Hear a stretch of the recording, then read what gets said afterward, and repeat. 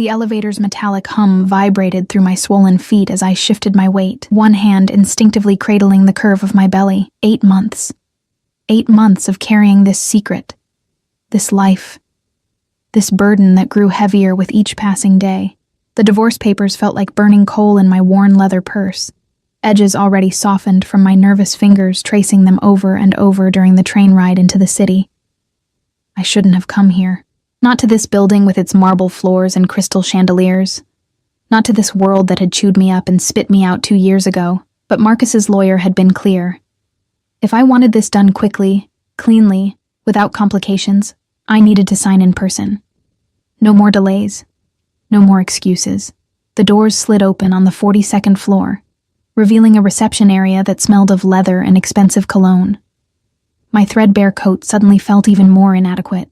I'd tried to look presentable, a simple black dress that stretched across my pregnant belly, my hair pulled back in a neat bun, but I knew I looked exactly like what I was. A woman who'd been surviving, not living, for far too long. "Can I help you?" The receptionist's voice was polished glass, her eyes sweeping over me with barely concealed disdain. "I have an appointment. Emma Ross, for the Castellano matter." Her perfectly manicured fingers flew across her keyboard. "Take a seat. Someone will be with you shortly." I lowered myself carefully into one of the waiting chairs, my back aching. The baby kicked, a sharp jab against my ribs that made me wince. "Shh," I whispered, rubbing the spot. "Almost done. Just a signature, and we're free." Free. The word tasted like ash. I'd thought I was free when I left Marcus, when I'd packed my single suitcase and disappeared in the middle of the night. I'd thought I was free when I'd moved 3 states away, when I'd taken the job at the diner, when I'd convinced myself that I could build a life from nothing. But freedom, I'd learned, was just another kind of prison when you were alone. The elevator chimed again. I didn't look up. Not until the entire atmosphere of the room changed. It was like a pressure drop before a storm.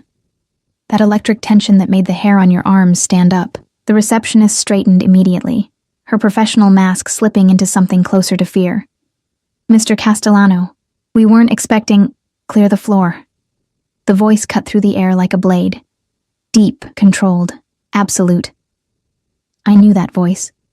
It had whispered promises in the dark, had shouted orders that sent men scrambling, had gone cold and flat when I'd dared to ask too many questions about the blood on his shirts. My breath caught. No, he couldn't be here. This was supposed to be simple. Sign the papers, leave, never look back.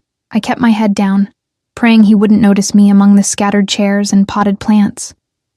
My hand moved protectively to my belly, as if I could somehow hide 8 months of pregnancy beneath my palm.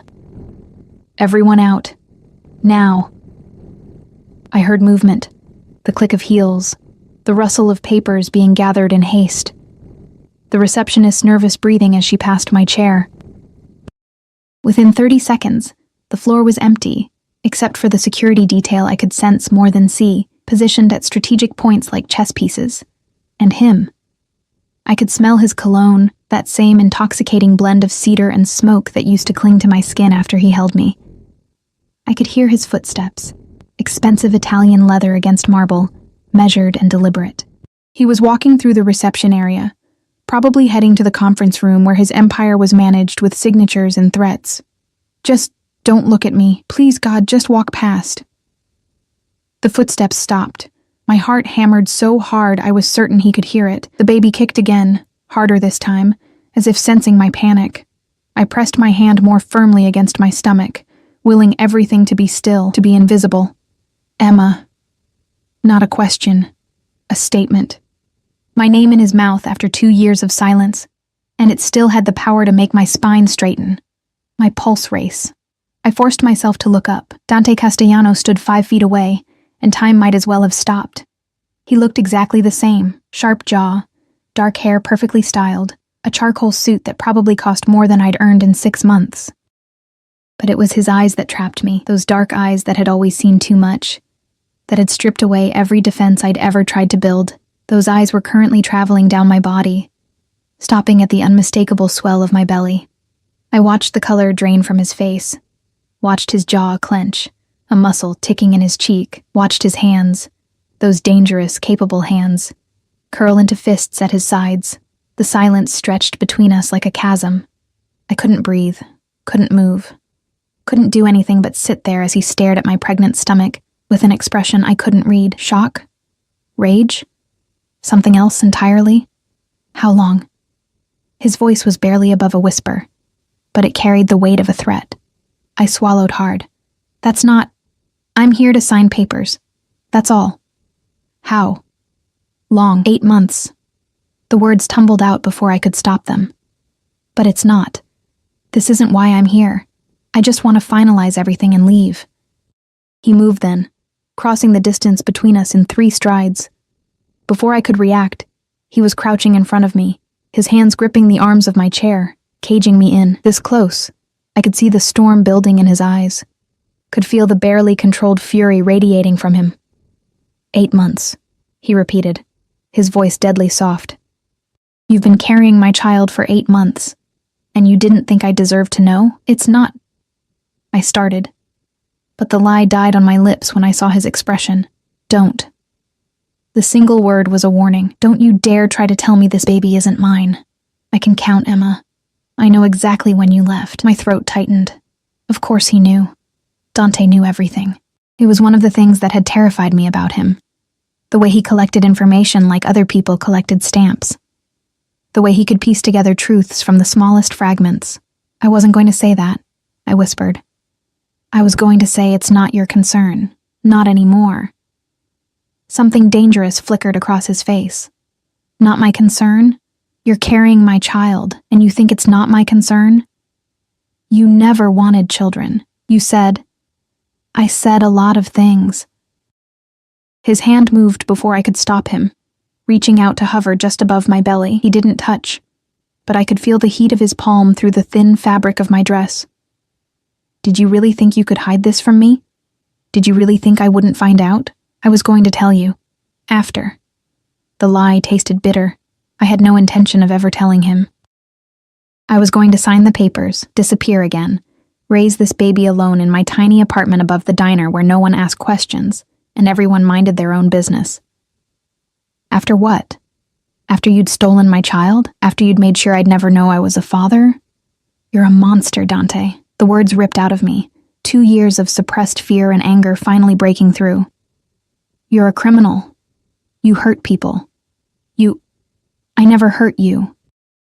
The quiet intensity of his words stopped me cold, because it was true. In all the time we'd been together, through all the darkness I'd witnessed, all the violence that swirled around him like a permanent storm, he'd never once raised a hand to me.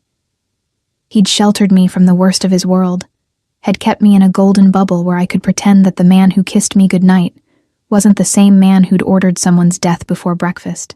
But that bubble had shattered the night I'd overheard him on the phone, casually discussing the elimination of a problem that turned out to be a 23-year-old kid who'd skimmed money from the wrong account. I'd realized then that it didn't matter how gentle Dante was with me.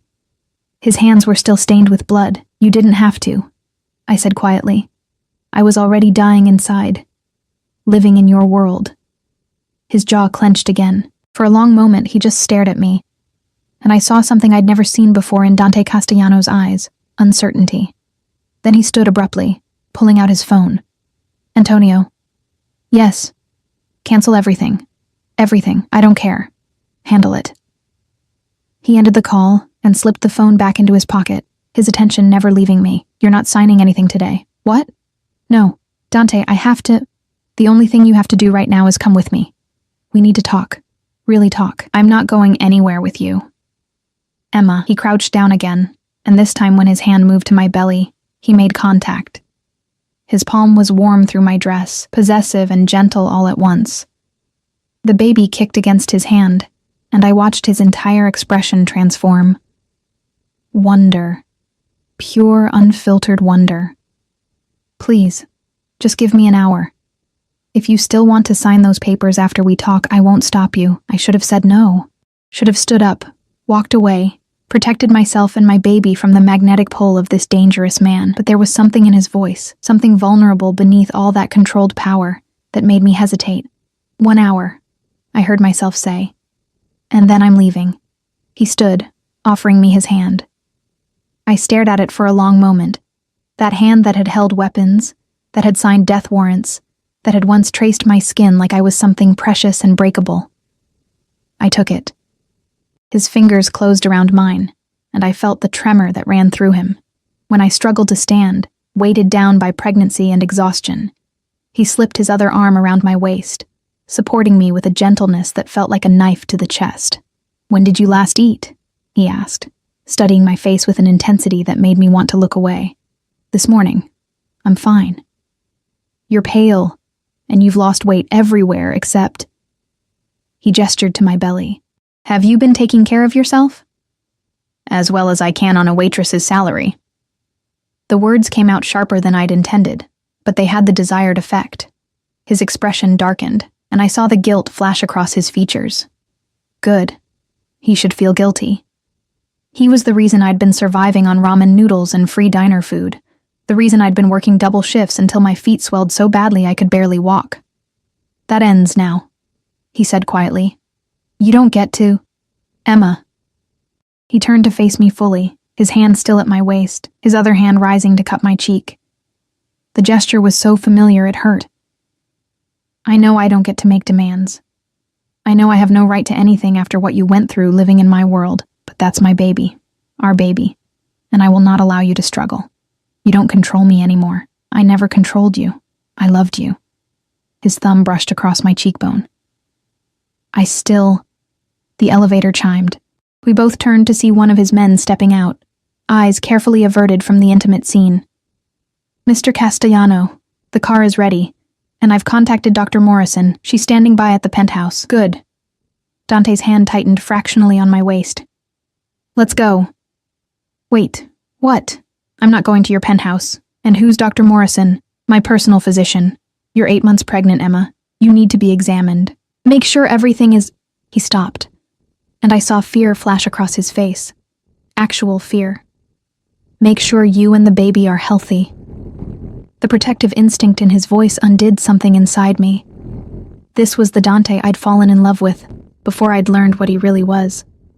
The man who'd brought me soup when I was sick, who'd listened to my rambling stories about nothing, who'd made me feel like I was the center of his universe. But that man was an illusion. The real Dante was the one who ran an empire built on fear and violence, wasn't he? 1 hour, I repeated, my voice barely steady. "And I get to decide if I see the doctor." "Fair enough." He guided me toward the elevator, his hand never leaving my waist. As we stepped inside and the doors closed, sealing us into that small space together, I caught our reflection in the polished metal. We looked like strangers, and yet, the way his body curved toward mine, protective and possessive, told a different story entirely. The elevator began its descent, and I wondered if I'd just made the biggest mistake of my life, or if maybe, just maybe, I'd made the only choice I could.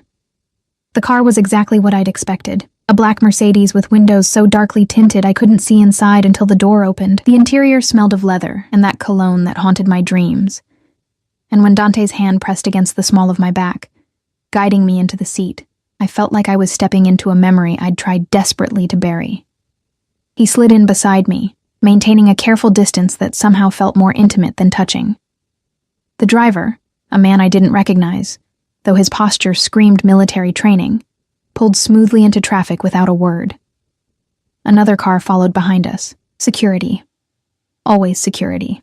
"You're afraid," Dante observed quietly. I turned to look at him, finding him watching me with that unnerving focus he'd always had. "Of course I'm afraid.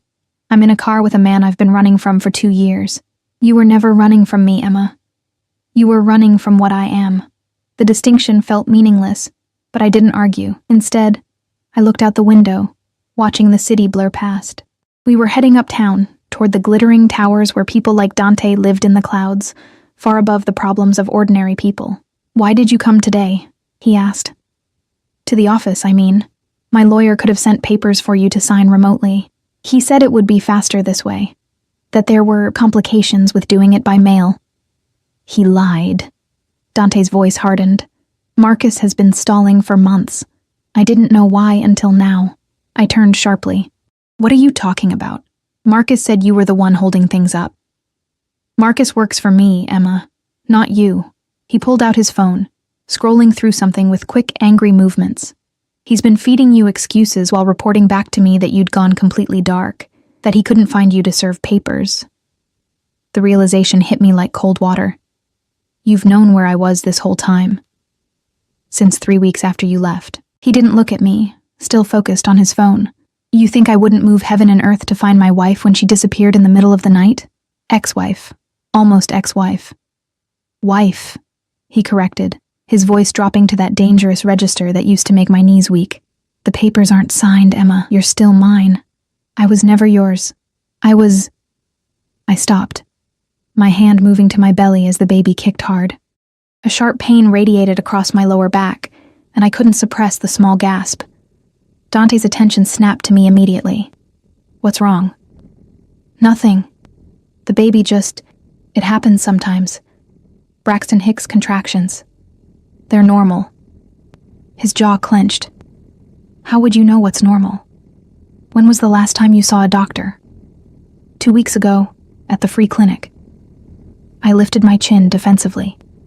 They said everything was fine. A free clinic. He repeated the words like they tasted foul. You're carrying my child, and you've been going to a free clinic. Some of us don't have private physicians on speed dial, Dante. Some of us have to work for a living. You wouldn't have to work at all if you'd just... He stopped, running a hand through his hair in a gesture of frustration I remembered too well. Where have you been staying? That's none of your business. Emma. No. I turned to face him fully, anger finally overriding my fear. You don't get to do this. You don't get to swoop in now and act like you care. Where were you when I was throwing up every morning for 4 months? Where were you when I had to choose between paying rent and buying prenatal vitamins? Where were you when I was so tired I could barely stand, but I had to work a double shift because the diner was short-staffed? I was looking for you. His voice rose, then immediately dropped back to that controlled tone, but I could see the fury burning in his eyes. Every single day, Emma, every resource I had was dedicated to finding you, to making sure you were safe. Do you have any idea what it did to me? Not knowing where you were? Not knowing if you were hurt or sick or... He stopped, his hand clenching into a fist on his thigh. I thought you might be dead. There were nights I was certain you were dead. The raw pain in his voice caught me off guard. I'd never considered what my disappearance might have done to him. In my mind, Dante was invincible, untouchable. The idea that he'd suffered seemed impossible. Then why didn't you just finalize the divorce? I asked quietly. If you knew where I was, you could have forced it through, because I'm not ready to let you go. The admission hung in the air between us. Outside, the city continued its endless rhythm, but inside the car, time seemed to stop. I stared at him, at the man I'd once loved with a desperation that terrified me, and I saw something in his expression that made my chest tighten, longing, regret, and beneath it all, that same possessive hunger that had both thrilled and frightened me. Dante, we're here. The car had pulled up to a building I recognized, one of the most exclusive addresses in the city. The doorman was already opening my door, and Dante was out and around to my side before I could protest, offering his hand again. I didn't take it this time. I managed to extract myself from the car on my own, though the movement was awkward and ungainly. My independence lasted exactly 3 steps before another contraction hit, this one stronger than the last. I must have made a sound, because suddenly Dante's arm was around me, supporting my weight. That's twice in 5 minutes. I'm fine. It's just... You're not fine. He was already guiding me toward the entrance, his body curved protectively around mine. And you're seeing the doctor. No arguments. The lobby was all marble and gold, the kind of ostentatious wealth that had once intimidated me. Now I just felt tired of running, tired of pretending I could do this alone, tired of carrying the weight of my choices. The elevator ride to the penthouse was silent.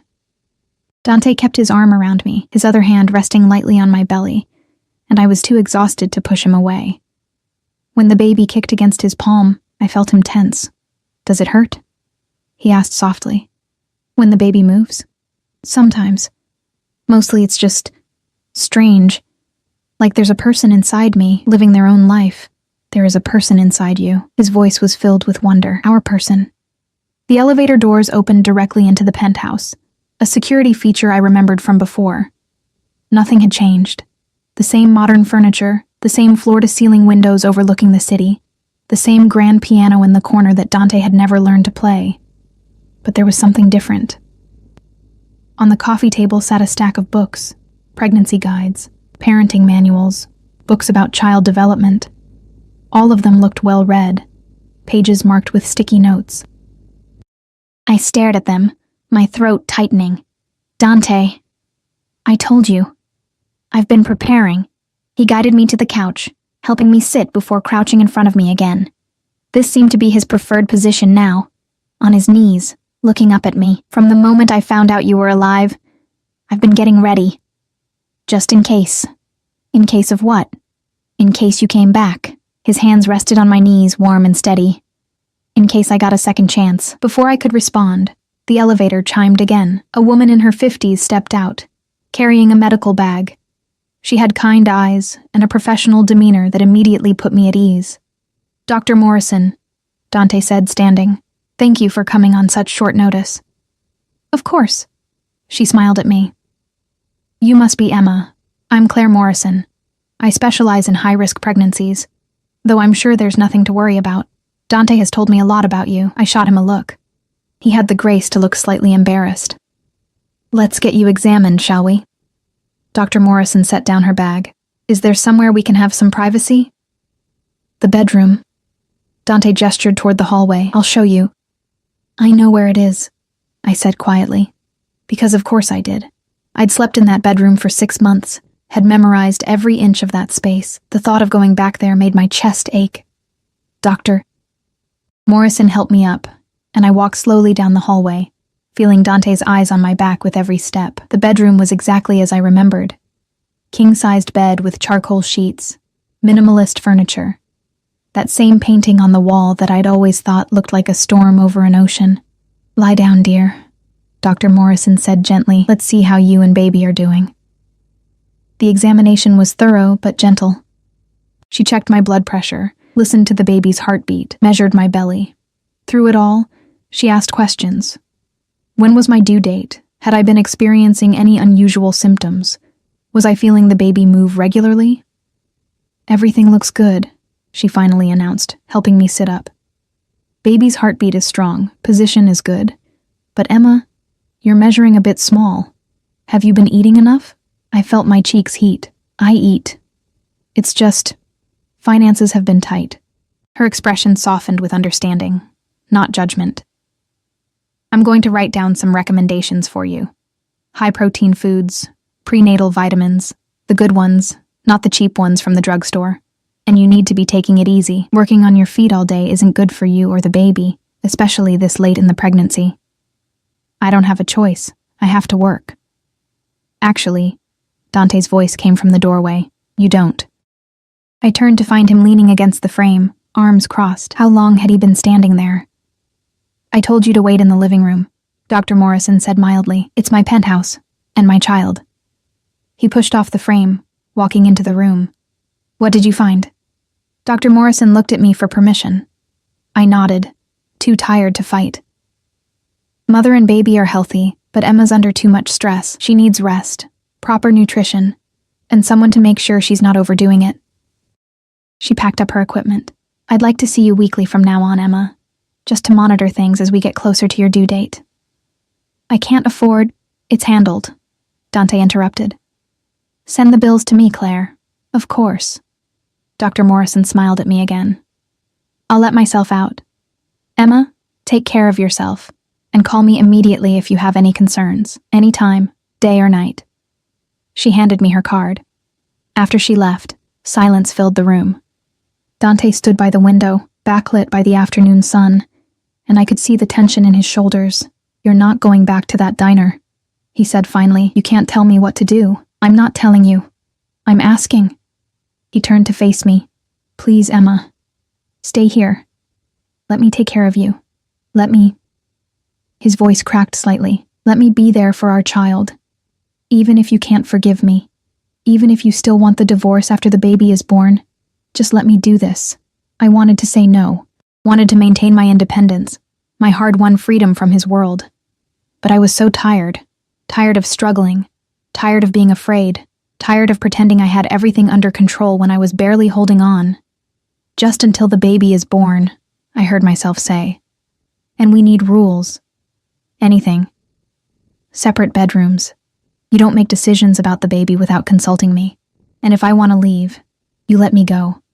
No tricks, no tracking, no, I'll let you go if that's what you really want.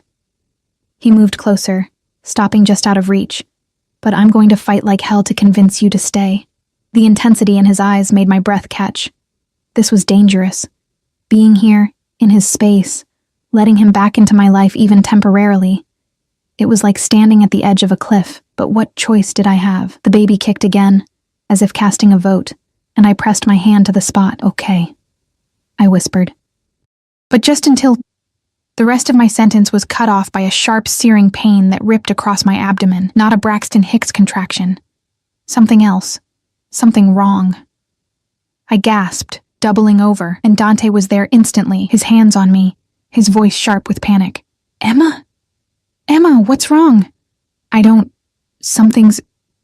The pain intensified, and I felt wetness between my legs. When I looked down, my dress was stained with blood. No. I whispered. No, no, no. Dante was already on his phone, already barking orders. Claire, get back here now. Call an ambulance. Move. His arm wrapped around me as I started to slide off the bed, and the last thing I saw before the world went gray was the terror in his eyes. Absolute, consuming terror. Stay with me, he commanded, his voice the only anchor in the darkness. Emma, stay with me. Please, don't leave me again. Please, but the darkness was already pulling me under. I woke to the steady beep of monitors and the antiseptic smell of a hospital. The ceiling was white, unfamiliar, and for a moment I couldn't remember where I was, or why every muscle in my body ached. Then it all came rushing back. The penthouse, the blood, Dante's terrified face. My hand flew to my belly. The baby's fine. I turned my head to find Dante sitting in a chair beside the bed, looking like he hadn't slept in days. His suit jacket was gone, his shirt wrinkled and partially unbuttoned, his hair disheveled from running his hands through it. But it was his eyes that stopped me, red-rimmed and haunted. You're sure? My voice came out raspy. I'm sure. He leaned forward, elbows on his knees.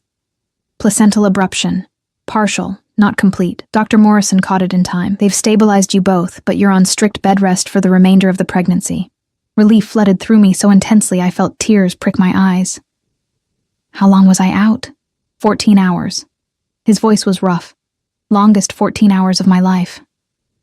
I looked around the room properly now. This wasn't a regular hospital room. It was too large, too quiet, too private. Where are we? Mount Sinai, private wing. He straightened slightly. You've been assigned a team of specialists, the best in the city. They'll be monitoring you around the clock until delivery. I can't afford... Emma. He cut me off gently but firmly. Stop. Just stop. Money is the least of our concerns right now. I wanted to argue, but exhaustion pulled at me. The monitors beeped steadily, a rhythm that matched the strong heartbeat I could hear through speakers. The baby's heartbeat, I realized. They were letting me listen to it. You stayed, I said quietly. Where else would I be? He ran a hand over his face. I almost lost you both. Do you really think I'd leave? You have businesses to run, an empire to manage. Fuck the empire. The words were harsh, vehement. None of it matters if you're not. He stopped, jaw clenching. Antonio is handling things. I'm not going anywhere. A nurse came in then, checking my vitals with practiced efficiency. She was young, professional, and clearly trying not to stare at Dante. When she left, the silence returned, heavier now.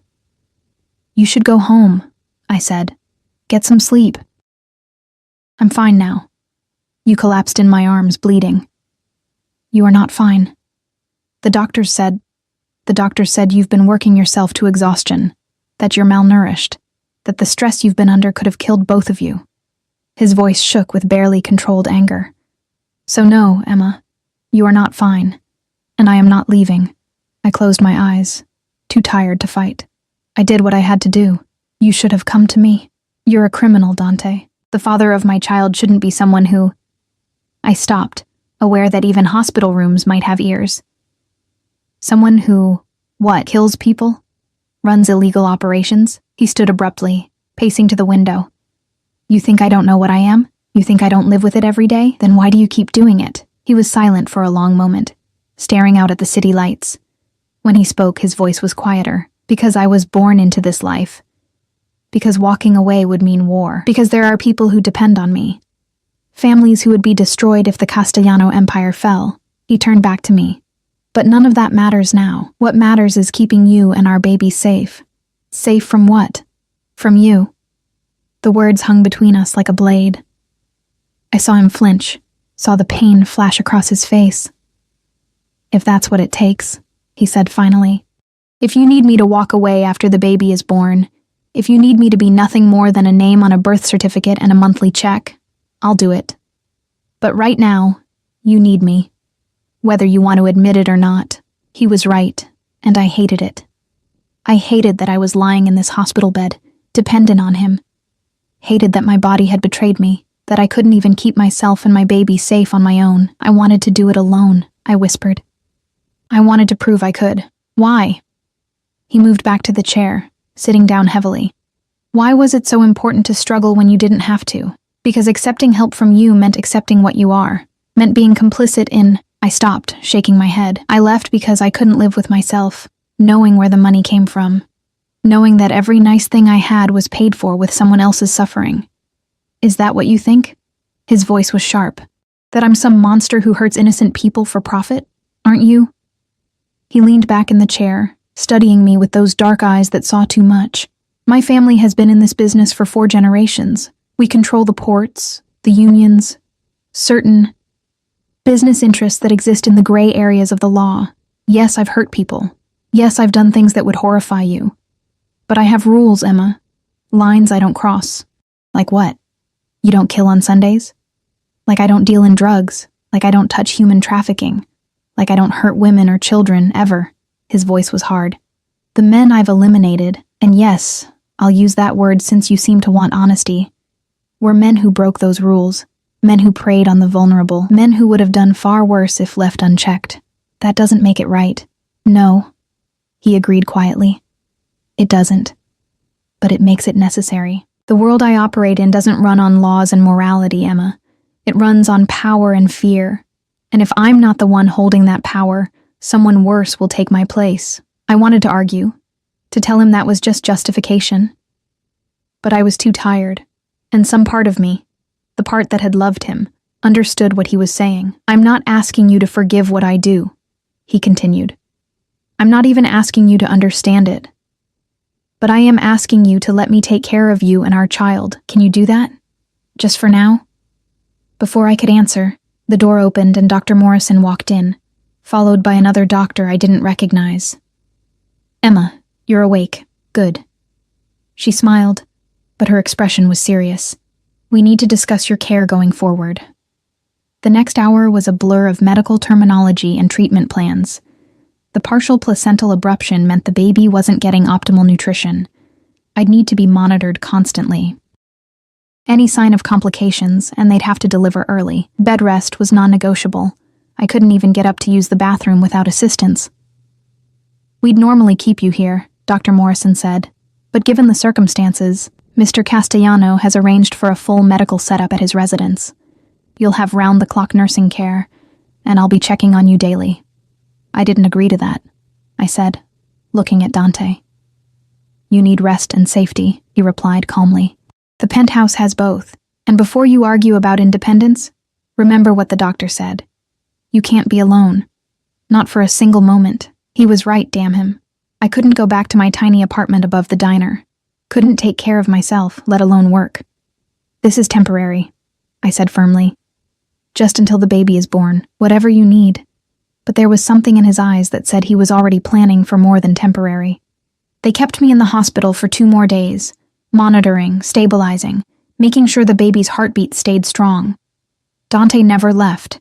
He slept in the chair beside my bed, worked from his laptop when I was sleeping, and was instantly alert every time a nurse or doctor came in.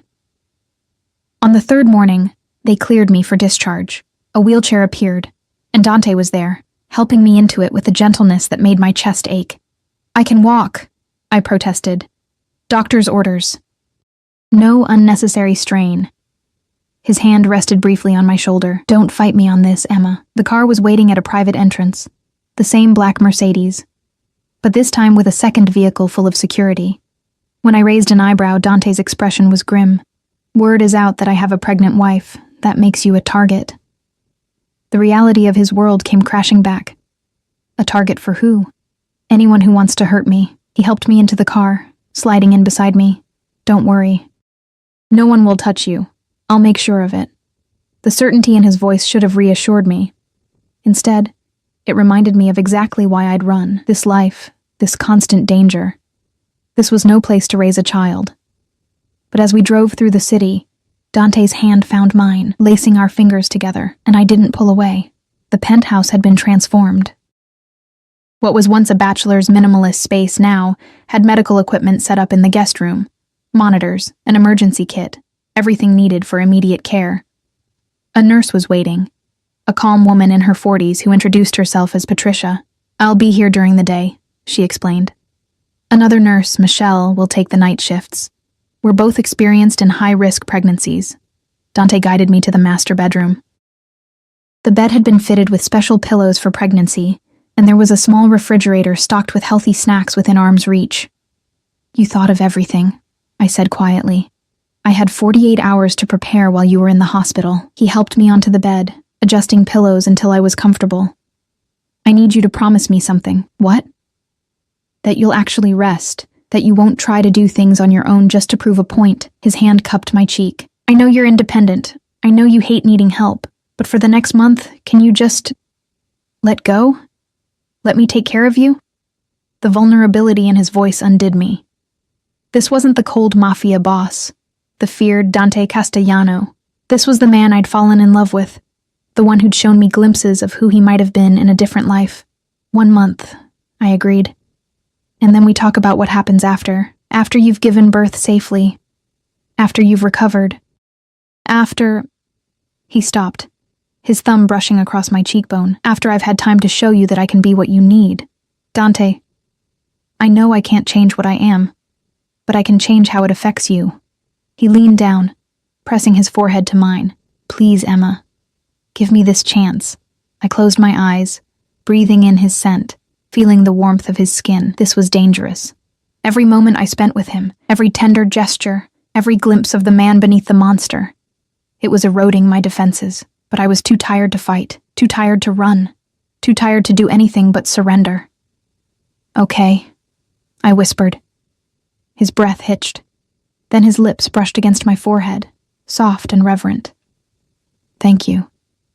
He pulled back, and I opened my eyes to find him watching me with an expression that made my heart stutter. Possession? Yes. But also something deeper, something that looked dangerously like love. Rest now, he said softly. I'll be right outside if you need anything. He started to move away, but my hand shot out, catching his wrist. He froze. Stay, I said before I could stop myself. Just stay until I fall asleep. The smile that crossed his face was like sunrise. He kicked off his shoes and climbed onto the bed beside me, careful not to jostle me. His arm came around my shoulders, and I found myself curling into his side, my head on his chest, listening to the steady beat of his heart. I've got you, he murmured into my hair. I've got you both, and I'm never letting go again. I should have protested, should have reminded him that this was temporary. But his warmth was seeping into me, his presence surrounding me like a shield, and for the first time in 2 years, I felt safe. As I drifted off to sleep, I heard him whisper something else, so quiet I almost missed it. I love you, Emma. I never stopped. And despite everything, despite all the reasons I shouldn't, my heart whispered back, I know.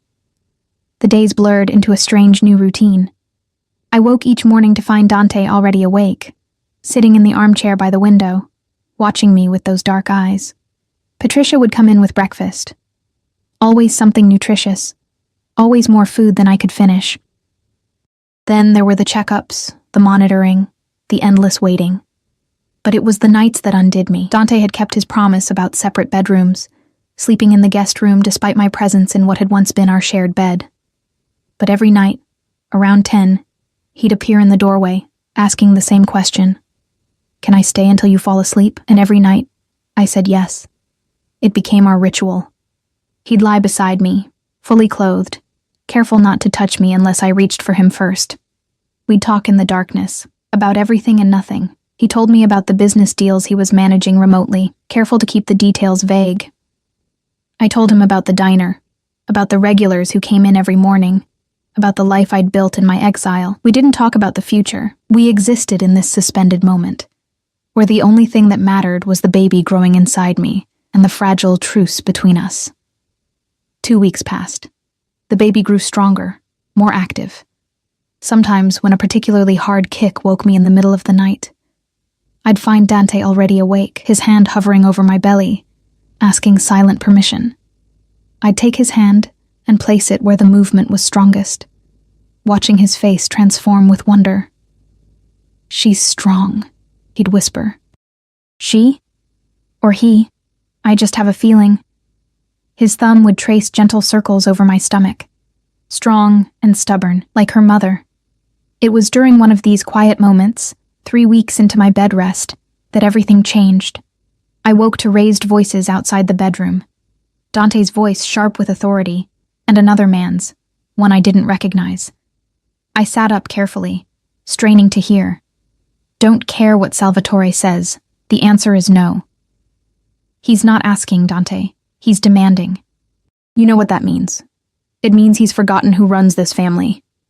Dante's voice dropped to that dangerous register. "Tell him if he has a problem with how I'm conducting business, he can come to me directly. But he stays away from her. That's non-negotiable." Silence. Then, "He knows about the baby, about Emma. He's saying it makes you weak, that you're distracted. Get out." "Dante," I said, "get out. And tell Salvatore that if he or anyone else comes near my wife, near my child, they'll answer to me personally. Do you understand?" Footsteps. The elevator chiming. Then silence. The bedroom door opened slowly. Dante stood there, and I could see the tension radiating from him, the barely controlled fury in his eyes. "How much did you hear?" he asked. "Enough. Who's Salvatore?" He exhaled slowly, running a hand through his hair. "My uncle. My father's brother. He's been unhappy with some of my recent decisions. Decisions like taking time away from business to take care of me. Decisions like refusing to expand into territories that would require methods I'm not willing to use." He came into the room, sitting on the edge of the bed. "He thinks I've gone soft, that having a family makes me vulnerable." "Doesn't it?" I asked quietly. "You just said I'm a target. The baby is a target. How is that not a weakness?" "It's not a weakness. It's a line in the sand." His hand found mine. "Before you, I had nothing to lose. That made me reckless, dangerous in ways that even I didn't fully understand. But now..." He squeezed my fingers gently. "Now I have everything to lose. That doesn't make me weak. It makes me lethal. Because there is nothing I won't do to protect you both." The certainty in his voice sent a shiver down my spine. This was the man people feared. The one who controlled an empire through force and will. But it was also the man who brought me water in the middle of the night, who read pregnancy books with sticky notes marking important passages, who talked to my belly when he thought I was asleep. "I'm scared," I admitted. "Not of you, of this world you live in, of raising a child surrounded by danger." "I know." He shifted closer, his free hand moving to rest on my belly. "I've been thinking about that, about what comes after. After the baby is born, after you've recovered." He took a breath. "I want us to leave." I stared at him. "Leave? What do you mean?" "Leave the city. Leave this life. At least the visible parts of it." His words came faster now, like he'd been holding them in for too long. "I've been setting things up. Antonio can run the day-to-day operations. I can manage the rest remotely. We could go somewhere quiet, somewhere safe. Raise our child away from..." He gestured vaguely. "All of this. You'd do that? Just walk away? For our family. I'd do anything for you." His eyes met mine, and the intensity there took my breath away. "I know I can't erase what I am, Emma. I know I can't undo the things I've done. But I can choose what comes next, and I choose you. I choose our baby. I choose a life where my child doesn't have to grow up afraid. Tears pricked my eyes. Dante, you don't have to answer now. Just think about it. Please. Before I could respond, my phone buzzed on the nightstand. I rarely got calls anymore. My old life had faded into memory, and I had no one left who would reach out. So when I saw the number, my stomach dropped. The diner. Hello? Emma? It's Gary. My old boss's voice was tight with worry. Listen, I don't want to alarm you, but there were some men here today, asking about you. My blood ran cold. What kind of men? The kind that make people nervous. They wanted to know where you lived, when you worked last, if you'd mentioned anything about where you were going. He paused. Emma, what kind of trouble are you in? Dante was already on his feet, his expression dark. He held out his hand for the phone, and I gave it to him without question. This is Dante Castellano, who came to your establishment. His voice was pure authority. I watched him listen, his jaw clenching tighter with each passing second. Description. I see. No, you did the right thing calling. If they come back, you contact this number immediately. He rattled off a phone number. And Gary? Thank you for looking out for her. He ended the call, immediately dialing another number. Antonio. We have a problem. Someone's sniffing around Emma's old workplace. I don't know yet. Get me eyes on the diner and run down everyone who's been asking questions about my wife in the past month. He paused. No, not Salvatore's style. This is something else. He hung up and turned back to me, and I saw something in his face that terrified me.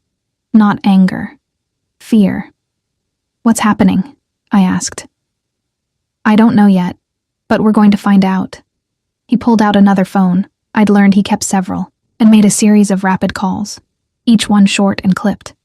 Within minutes, he'd mobilized what sounded like an entire security apparatus. When he finally sat back down, his hand immediately went to my belly. As if reassuring himself we were still there, still safe. I need you to tell me everything, he said quietly. Everyone you talked to after you left. Every place you stayed. Every person who might have known you were pregnant. Why? What does it matter? Because someone is looking for you. Someone who isn't me. Who isn't my organization. His thumb traced soothing circles over my stomach, a contrast to the tension in his voice. And I need to know who and why before they get any closer. The baby kicked hard, as if responding to the stress. I took a shaky breath and started talking. I told him about the bus station where I'd bought a ticket with cash, the motel where I'd stayed for 2 weeks, working under the table at a laundromat, the diner where I'd finally landed a steady job, the free clinic where I'd confirmed the pregnancy. Did you use your real name anywhere? He asked. Only at the clinic. They needed ID for the medical records. His expression darkened. The clinic. What was it called? Women's Health Services, on Maple Street. Why? He was already on the phone again. I need everything you can find on Women's Health Services. Maple Street location. Patient records. Staff. Security footage. Everything from the past 8 months. I don't care if it's legal. Get it done. He hung up and looked at me. Free clinics sometimes sell patient information, especially pregnancy records. Why would anyone want... I stopped, understanding dawning. The baby. The baby. He confirmed grimly. An heir to the Castellano fortune. Leverage against me. A target for anyone who wants to hurt me or force my hand. The room suddenly felt too small. The air too thin. Oh God. Dante, what if... No. He cupped my face in his hands, forcing me to look at him. No one is touching you. No one is touching our baby. Do you understand me? I will burn down this entire city before I let anything happen to either of you. The ferocity in his voice should have scared me. Instead, it anchored me. Because I knew he meant every word. We should have left already, I whispered. We should have. We will. As soon as you're cleared for travel, his forehead pressed against mine. 2 more weeks. Dr. Morrison said 2 more weeks of monitoring and then we can go. I already have a place arranged, remote, secure. Somewhere no one will find us. What about your uncle? What about... I don't care. The words were fierce, absolute. Let them fight over the scraps of the empire. Let them tear each other apart if that's what they want. All that matters is you and our baby. A knock on the door interrupted us.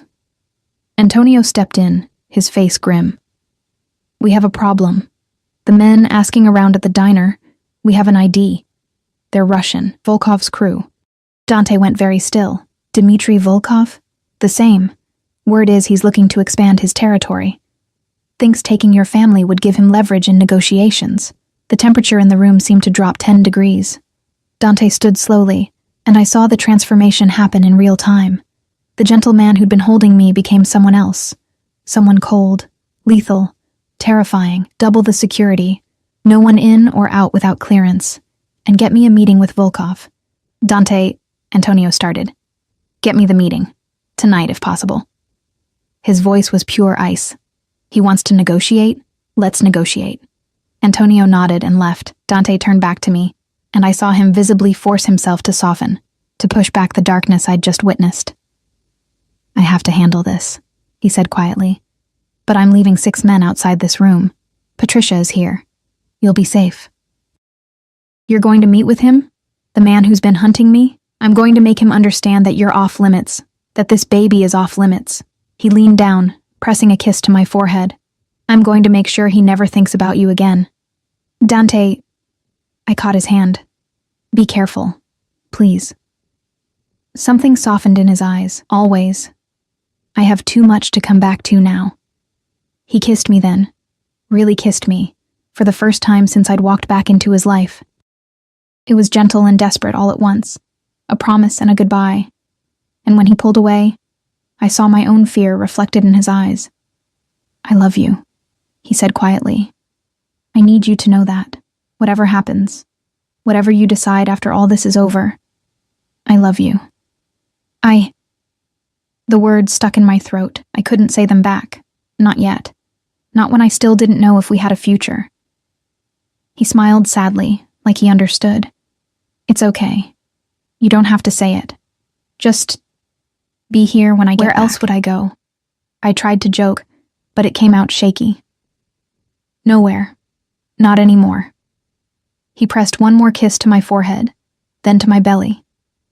"Take care of your mama, little one. Daddy's got some business to handle." And then he was gone, leaving me alone with my racing heart and the terrifying certainty that everything was about to change. Again. The hours crawled by with agonizing slowness. Patricia checked on me every 30 minutes, her professional calm doing nothing to ease the knot of anxiety in my chest. I tried to sleep, tried to rest like I was supposed to, but every sound made me jump. Every footstep in the hallway had me holding my breath, waiting. It was past midnight when I finally heard the elevator. I sat up as carefully as I could, my heart hammering. The penthouse door opened, and I heard low voices, Dante and Antonio, discussing something I couldn't make out. Then Dante appeared in the doorway. He looked exhausted, his tie loosened, his jacket gone. But he was whole, unharmed. The relief that flooded through me was so intense I felt dizzy. "Hey," he said softly, coming to sit on the edge of the bed. "You should be sleeping. You think I could sleep not knowing if you were—" I stopped, shaking my head. "What happened?" "It's handled." His hand found mine, squeezing gently. "Volkov won't be a problem anymore." "What does that mean?" "Dante, did you—" "I made him an offer he couldn't refuse." A ghost of a smile crossed his face. "Turns out he wasn't actually interested in you or the baby. He was interested in the ports. Someone had told him that I was distracted, vulnerable, that now would be the perfect time to make a move." "Someone? You mean your uncle?" "Salvatore." The name came out like a curse. "He's been playing both sides, trying to force me out by making me look weak. The pregnancy was supposed to be proof that I'd lost my edge. So, what did you do?" "I gave Volkov the ports." He said it calmly, like he was discussing the weather. "Not all of them. Just enough to keep him happy and to make it clear that I'm not interested in territorial disputes anymore. In exchange, he pulls back completely. No interest in my family, no moves against my remaining operations." I stared at him. "You just gave away part of your empire?" "I gave away a piece of something I don't want anymore." His other hand moved to my belly, spreading protectively over our baby. "What I want is this. You. Our child. A life that doesn't involve looking over my shoulder every second, wondering who's going to make a move next. And your uncle?" His expression hardened. Salvatore made his choice. He sided with an outsider against family. There are consequences for that. The cold finality in his voice told me everything I needed to know. I should have been horrified. Part of me was. But another part, the part that had felt our baby's kicks, that had nearly lost everything in that hospital, understood. In Dante's world, betrayal wasn't forgiven. It was eliminated. It's done, he said quietly, reading my expression. All of it. Volkov has his territory. Salvatore is no longer a factor. And Antonio is taking over the remaining operations. I'm out, Emma. Really out. Just like that? Just like that. He leaned in, pressing his forehead to mine. I told you I'd do anything for you. For our family. I meant it. The baby chose that moment to kick. Hard enough that Dante felt it against his palm. He laughed. Actually laughed. The sound full of wonder and joy. Strong, he murmured. Definitely takes after you. We don't know if it's a girl. I know. He shifted, lying down beside me and pulling me carefully into his arms. I can feel it. She's going to be fierce and stubborn and beautiful, just like her mother. I nestled against his chest, listening to his heartbeat steady and strong. What if it's a boy? Then he'll be fierce and stubborn and handsome. His hand traced lazy patterns on my back. Either way, they'll be ours. And they'll be safe. That's all that matters. We lay there in the darkness, and for the first time since I'd walked into that office building 3 weeks ago, I let myself believe it might actually be true, that we might actually have a chance. Emma? Do you remember the first time we met? I smiled against his chest. The gallery opening. You spilled champagne on my dress. You told me it was an improvement over the pattern. His voice was warm with memory. I fell in love with you right then, this woman who wasn't afraid of me, who looked at me like I was just another person, instead of Dante Castellano, head of the family. I didn't know who you were then. I know. That's why I fell so hard. His arms tightened around me. You saw me, Emma. Not my name, not my reputation, just me. And when I found out the truth, when I saw what you really were, you ran. Like any sane person would. He pressed a kiss to the top of my head. I don't blame you for that. I never have. But you looked for me. Every single day. Because even though I understood why you left, I couldn't accept it. Couldn't accept that I'd lost you. He shifted, tilting my chin up so I had to look at him. I know I don't deserve a second chance. I know everything I am should make you run again. But I'm asking anyway. Stay with me, Emma. Not just until the baby is born. Not just for appearances. Stay with me because you want to. Because you believe we can make this work. I looked into his eyes, those dark eyes that had haunted my dreams for 2 years, and I saw everything laid bare. Love, hope, fear. This man who controlled an empire with an iron fist was terrified that I'd say no. I'm scared, I whispered. I know. What if it's not enough? What if the love isn't enough to make up for everything else? Then we'll figure it out together. His thumb brushed across my cheekbone. I'm not asking for perfect, Emma. I'm just asking for a chance. The baby kicked again, as if casting another vote. I pressed my hand over Dante's, feeling our child move beneath our palms. This little life we'd created. This unexpected miracle. Okay, I heard myself say. Okay, we'll try. The smile that broke across his face was like sunlight. He kissed me then, deep and thorough and full of promise, and I kissed him back, pouring 2 years of longing and fear and love into it. When we finally broke apart, we were both breathing hard. I love you, he said again. God, Emma, I love you so much. I love you too. The words came easier this time. I never stopped. Even when I wanted to, I couldn't. He held me close, and we lay there together, talking and planning and dreaming. He told me about the house he'd arranged, a sprawling property in Montana, far from the city, with mountains and forests and space to breathe. He talked about teaching our child to ride horses, about quiet mornings and peaceful nights, about building a life that was ours. And slowly, I let myself believe it. The next 2 weeks passed in a blur of preparation. Dr. Morrison cleared me for travel. Though she insisted on coming with us for the first month after delivery, Dante arranged everything: the house, the staff, the security that would be invisible but present. Antonio flew out to Montana personally to supervise the setup. And through it all, Dante never left my side. I woke one morning to find him packing, carefully folding baby clothes we'd ordered online into a small suitcase. He'd developed a slight obsession with preparing, reading every book he could find, asking Dr. Morrison endless questions. "We're really doing this," I said from the bed. He looked up, smiling. "We're really doing this. No regrets?" "Not a single one." He came to sit beside me, his hand automatically going to my belly. "You're my family now. You and this little one. Nothing else matters." The baby kicked in response, and we both laughed. 3 days before we were scheduled to leave, I went into labor. It started with a twinge during breakfast, so mild I almost ignored it. But Dante noticed immediately. He'd become hyper-aware of every expression, every movement. "Emma?" "I'm fine. Just a cramp."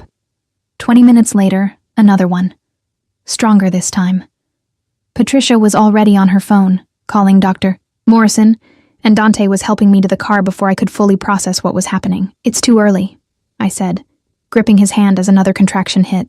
"We have 3 more weeks. Babies come when they want to come." Dr. Morrison's voice was calm through the speakerphone. "I'm meeting you at the hospital. Emma, just breathe. Everything is going to be fine." The next hours were a blur of pain and pressure, and Dante's voice, steady and sure, anchoring me through it all. "You're doing so well, love, so strong. Just breathe with me."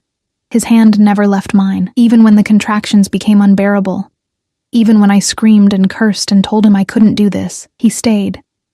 His forehead pressed to mine, his voice in my ear, his absolute certainty that I could do this carrying me through. And then, after what felt like forever, and no time at all, I heard it. The sharp, indignant cry of our baby. "It's a girl," Dr. Morrison announced, smiling. A beautiful, healthy girl. They placed her on my chest, this tiny, perfect creature with a shock of dark hair and lungs that could wake the dead. I stared at her in wonder, tears streaming down my face, and felt my entire world shift and realign. "Oh," I breathed. "Oh, Dante, look at her." He was crying too, I realized. This dangerous man who controlled an empire with fear was crying as he looked at our daughter. "She's perfect," he whispered, his finger gently touching her tiny hand. She gripped it immediately, her cry quieting. "She's absolutely perfect. What should we name her?" I asked. He looked at me, then back at our daughter. "Sophia. It means wisdom. I want her to be smarter than both of us, to make better choices." Sophia Castellano. I tested the name. It felt right. "Hi, Sophia. We're your parents. We're probably going to mess this up sometimes, but we love you so much already." She blinked up at me with dark eyes. Dante's eyes. And I fell completely, irrevocably, in love. We left for Montana when Sophia was a week old. The private plane was set up with everything we could possibly need, and Dr. Morrison came with us, just as promised. Patricia, too, because I'd grown attached to her steady presence. When we landed and drove to the house, I caught my first glimpse of our new life. It was beautiful. A sprawling ranch house with views of snow-capped mountains, surrounded by forest and sky. Remote, peaceful, safe. "What do you think?" Dante asked nervously as we pulled up. Sophia was asleep in my arms, her tiny face peaceful. I looked at the house, at the life waiting for us, and then at Dante. "I think it's perfect." He smiled, that full, genuine smile that I'd fallen in love with. "Welcome home, Emma. Home." The word settled over me like a warm blanket. Inside the house was everything we'd planned. A nursery painted soft yellow, a master bedroom with mountain views, a kitchen built for family dinners. It was so far from the penthouse, from that world of marble and danger. That night, after Sophia had been fed and changed, and was sleeping in her bassinet beside our bed, Dante and I stood at the window, looking out at the stars. "Do you miss it?" I asked quietly. "The power, the control, all of it?" "No." He wrapped his arms around me from behind, careful of my still healing body. "I don't miss any of it. This, you, Sophia, this life, this is everything I never knew I needed." I leaned back against him, letting myself relax completely for the first time in 2 years.